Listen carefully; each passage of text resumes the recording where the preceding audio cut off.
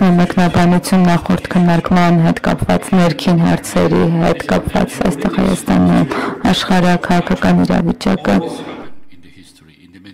պատմության ընթացքում միջերկրածովյան տարածաշրջանում Արևելյան Եվրոպայում աշխարհաքաղաքական իրավիճակը միշտ էլ խթան է եղել։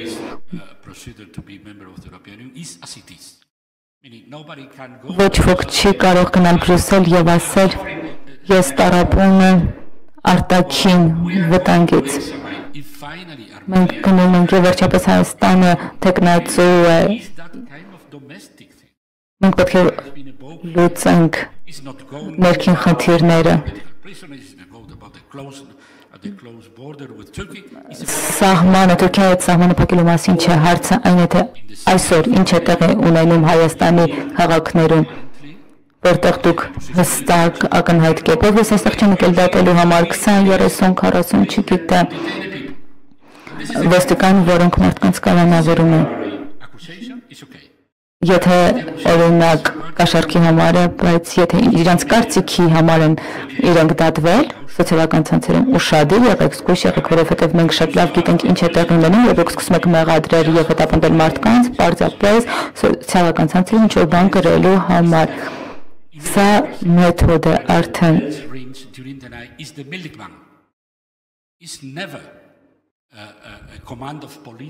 Երբևէ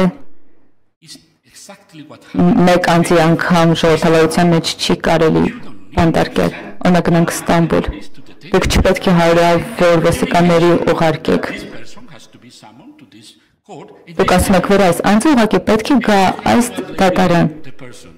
որովհետև դուք չեք պիտակավորում մարդուն միայն ինչ-որ մի ենթադրության կամ կարծիքի համար, որ նա վտանգավոր մարդ է։ Դուք պետք է տեղյակ լինեք, հայկական իշխանությունները, քաղաքական կուսակցությունները պետք է տեղյակ լինեն, որ դուք պետք է շատ ուշադիր նայեք սրան, եթե դուք տեխնացու պետություն եք, երկիր եք։ Շատ մեծ ժառանգություն կա խորհրդային իրավական համակարգից։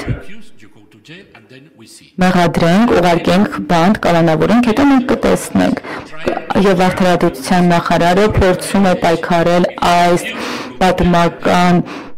ժառանգության հետ։ Սկզբում ուղարկենք բանտ, հետո կտեսնենք ինչ տեղի կունենա։ Տեղյակ եղեք նման բաների մասին, որովհետև մենք շատ խորը սննել ենք նման բաները։ Ես գիտեմ, որ հետագա տարիների ընթացքում, երբ խոսքը գնա Հայաստանի մասին, շնորհակալություն։